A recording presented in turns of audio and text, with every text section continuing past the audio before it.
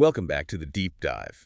We are doing something a little different today. Yeah. Usually when we pull articles about mental health or wellness, we're looking at very practical, tangible stuff. Right. Actionable items for the 9 to 5 life. Dopamine fasting, that kind of thing. Exactly.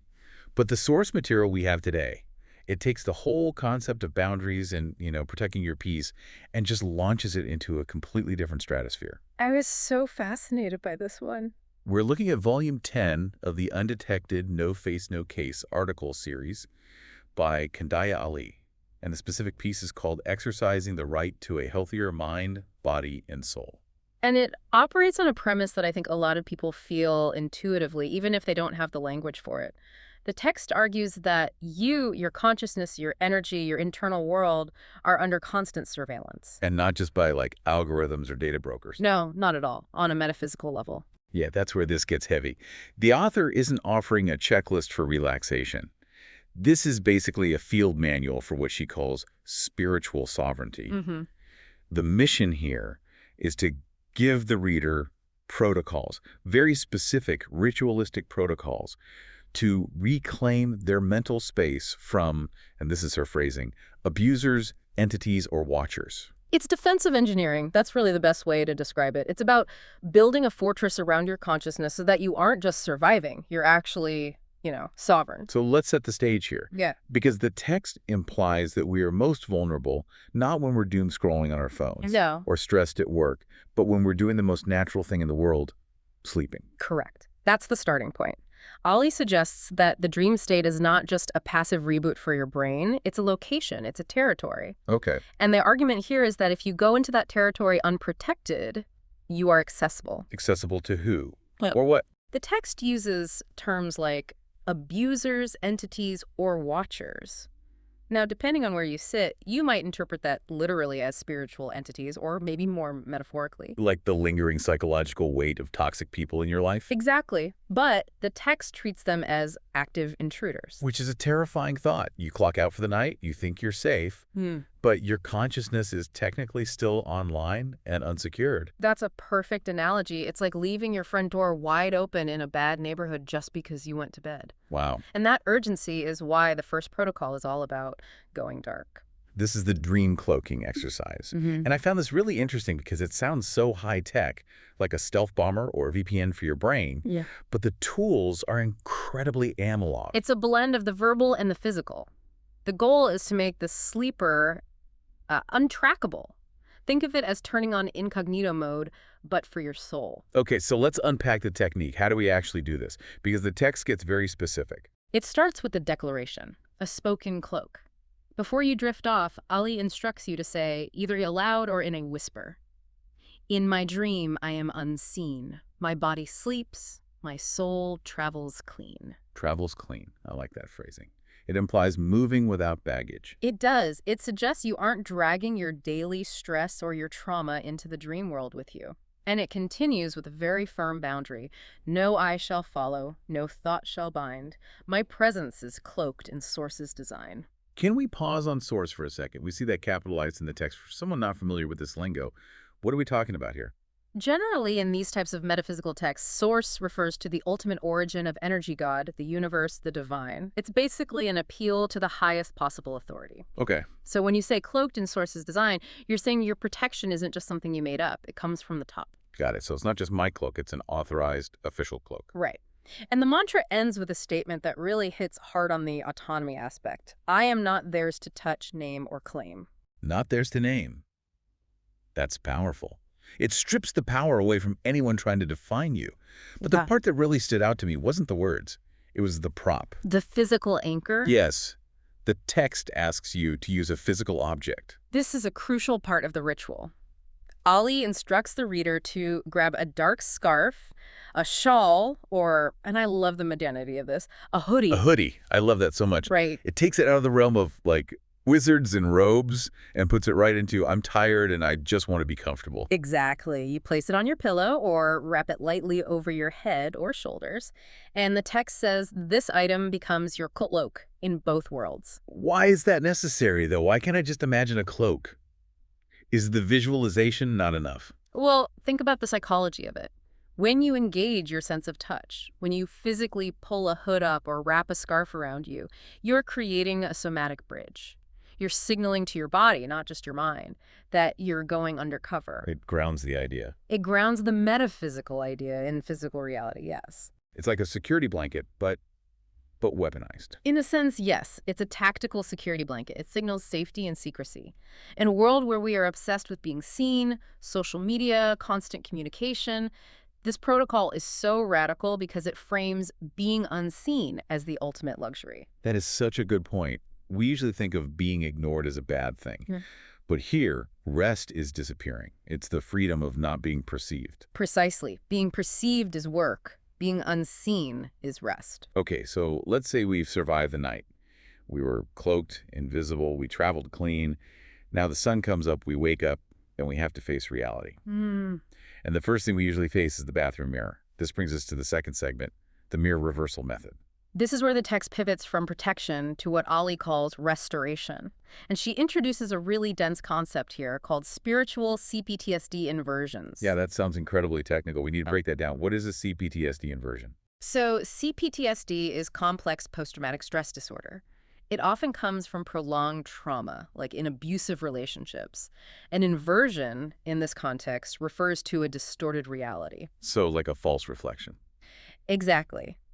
Ali is suggesting that when you look in the mirror, you might not be seeing yourself. You might be seeing a projection planted there by an abuser or a critic. So the mirror is essentially hacked. That's a great way to put it. You look at your reflection, but instead of seeing your own face, you see their judgment. You see your flaws through their eyes. You see the person they told you that you were. Yes. The mirror reversal method is designed to wipe that hack. How? Because I think most people just try to ignore the negative thoughts. Or we do positive affirmations, right? I am beautiful, I am successful. This goes a bit deeper than affirmations. Ali argues you have to actively send those projections back. The protocol involves facing your reflection softly, without judgment, and then you state, "This mirror is mine. It does not belong to them. Their words are not my truth." It's reclaiming the hardware. This mirror is mine. Exactly. But here is the critical nuance, and this is where I think the text shows a lot of wisdom. The instruction for sending that energy back is very specific. Ali writes, "I return all projections to sender without hate, without weight." Without weight. I wanted to ask you about that. Because usually if someone hurts us, our first instinct is to send that energy back with a little bit of fire, right? Yeah. We want them to feel it. That's the trap. That is the ultimate trap. If you send it back with hate or vengeance, you are maintaining the connection. You're keeping the weight of the conflict. Just still holding the rope in the tug of war. Perfectly put. Sending it back without weight means you are simply declining the delivery. It's like marking a package returned to sender without opening it or writing a nasty note on the box. Precisely. You aren't attacking them. You are just refusing to carry their luggage. It's indifference, not war. That's a huge distinction. And to seal this, there is another physical gesture. The text says to draw X with your fingers across your chest or your face. Yes. So you're just literally crossing yourself out. You're crossing out the projection. Think of it like editing a document. You are striking through the false text. Ali says that X severs the energetic image they tried to implant. It's a physical edit to your reality. Delete. Cancel. It's fascinating how tactile all of this is. We're using hoodies, we're drawing X's. It gives you something to do with the anxiety. It creates a ritual container for the emotions so it doesn't just spill out everywhere. So we've handled the night, we've cleared the morning mirror. Now we have to actually go out and live our lives.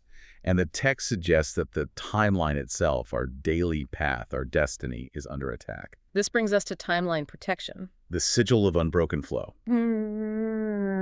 We are getting into some heavy territory here with timeline manipulation. What is the threat? Why do we need to protect our timeline? The text calls the threat engineered misfortune. Engineered, as in intentional. Yes. The perspective here is that bad luck isn't always random. Ali suggests there are forces, again, abusers, entities, just chaotic energies that want to knock you off your divine path. They want to create interruptions. So it's not just, ooh, I got a flat tire. It's something is trying to delay me. Right. It's an obstacle with an agenda. And to stabilize the timeline, the technique centers on the solar plexus, That's the spot right in the middle of the torso. right below the ribs. In many traditions, that's the seat of the will, your personal power. You place your hand there and you declare, "No chaos shall rewrite my course. No tongue shall shift my gait." No tongue shall shift my gait. That implies gossip or slander, doesn't it? Words trying to move you. Exactly. It's about navigational authority. I walk the path assigned to me by Source, and then comes a visualization that I found quite beautiful, the golden thread. Walk us through that, because visualization can be tricky for some people. It's actually quite simple. You imagine a golden thread of light connecting your feet all the way up to the stars. It's your center point. You visualize this vertical line, and then you scan it. You look for knots, hooks, or black spots. And if you see a knot, or something dark on your line, You imagine scissors. So scissor. simple mental scissors, and you just gently snip them away. It's very surgical. It is. It's not a battle. It's maintenance. You snip the interference, and then you seal the thread by saying, "This thread is mine, whole, uncut." It implies that your destiny is already there, and your only job is to keep the line clear. It removes the panic of, what if I mess up, and replaces it with the task of, keep the line clean. That's it. It shifts you from anxiety to stewardship. You are the caretaker of your own path. Okay, so we've done the maintenance. Now we arrive at the most complex part of this entire text. This isn't just a shield. This is a fortress. The Magdilla. The Magdilla. That word sounds ancient. The text defines this as part soul column, part inner flame. It sounds like the absolute core of the self. It represents the part of you that is non-negotiable. The part that cannot be shared, cannot be compromised, and cannot be touched.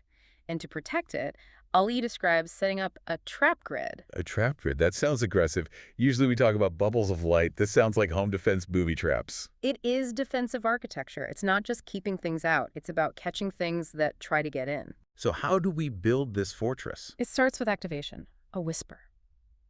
Magdilla rise, from root to crown. Ignite the tower. Ignite the tower. That is very dramatic. It feels big. It invokes power. Flame in center, voice in stone. But the visualization is where it gets technical. You're asked to picture a spiral of sacred fire forming around your bed. And notice the direction. Counterclockwise. Why counterclockwise? In many esoteric traditions, clockwise is for attracting or building energy. Counterclockwise is for banishing, unwinding, or repelling. So you're unwinding other people's energy from your space. You're clearing the board. Exactly. Okay, so we have the fire spiral. Now the text assigns a specific trap to each of the 4 cardinal directions around the bed. Let's break these down. What's in the north? The north holds a mirror trap. We're back to mirrors again. But this one is different. Its function is to reflect and bind intruders to their own energy. Think of it like the ultimate "I'm rubber, you're glue." If a negative thought form comes at you from the north, it sees itself, gets confused, and gets stuck in its own reflection. It binds them to their own nonsense. Exactly. Okay, north is a mirror. What about the south? The south holds a binding sigil. The text says this is specifically designed to trap entities trying to feed on your pain. That is a disturbing image, feeding on pain. It is, but think about that feeling when you're depressed and it feels like something is draining you, making it heavier. The south gate is designed to catch that parasite. Got it. Trap the drainers. What about the east? The east is the truth gate. This is a filter.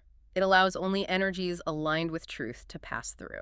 I love that concept. It's like a bouncer that checks for authenticity. If you're fake, you can't come in. Exactly. It filters out deception. And finally, the west, the ancestor shield. Calling in the reinforcements. Yes. This calls upon your lineage, your ancestors, to stand guard. The idea that you aren't doing this alone, you have backup. So you have mirrors, binding sigils, truth filters, and ancestors.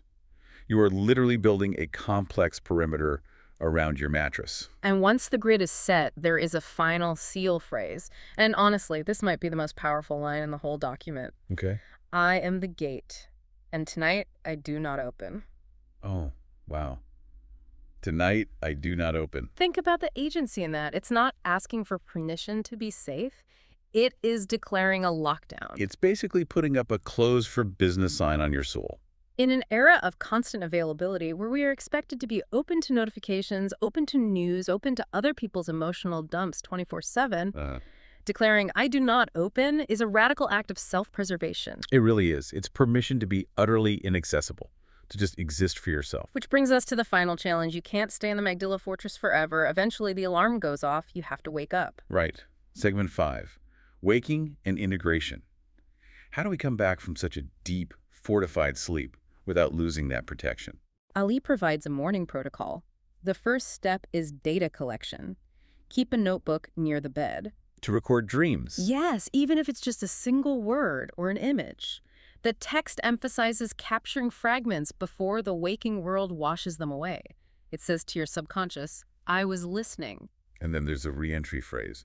Returning to self with awareness, not vengeance. There's that concept again, not vengeance. It seems very important to the author that we don't wake up angry. If you wake up angry or fearful or ready to fight the day, you are immediately giving your energy away. You want to bring the peace of the fortress out with you. And then the text suggests clapping. Yes, physically clapping 3 times. Why clapping? That seems so mundane compared to everything else. It's auditory clearing. It breaks the trance. Think of a film set. The clapperboard snaps and everyone knows the scene is over. Clapping 3 times signals to your brain, the dream work is done. I am back in the physical body now. It breaks the lingering threads. It snaps you back. And then the author asks you to be a scientist, to reflect. How does your energy feel after trying this? Which part of your day feels most interrupted? It's treating this like an experiment. You're the engineer of your own energy. Which aligns with the closing sentiment of the article. Ali writes, your sovereignty isn't just returning. You're engineering its full restoration. Engineering. That's the word that sticks with me. It's not passive. You aren't waiting for sovereignty to fall into your lap. You are building it, brick by brick, mantra by mantra, hoodie by hoodie. It reframes spirituality not as something you have, but something you do. It is a construction project. So if we look at this holistically, we have the dream cloak for invisibility, the mirror reversal for clearing self-image, timeline protection for the daily path, and the Magdala Fortress for the deep core defense. It's a complete system. And look, whether you believe in astral entities and psychic attacks, or you just view this as a very potent psychological framework for setting boundaries, the result is the same. You feel safer. You feel in control. You are taking the invisible plants of your life and treating them as valuable assets that deserve high-level security. It really makes you think about how often we leave our doors unlocked, just letting anyone walk in and out of our heads. And that's the question I'm left with. The text talks about the truth gate, that filter in the east that only lets truth-aligned energies pass. Right, the one that filters out the lies and the noise. If you could actually install that filter in your waking life, not just in a visualization around your bed, but in your daily conversations. Oh, wow. If you filtered out everything that wasn't truth-aligned, every manipulation, every projection, every piece of noise designed to distract you or make you feel small, how much of your current daily conversation would just vanish? That is a deafening thought, how much silence would be left. Exactly. Well, that is a perfect place to leave it for today. This has been a fascinating look into the architecture of the soul. You've been listening to The Deep Dive. Maybe tonight's the night you try locking the gate. We'll see you next time. Stay safe.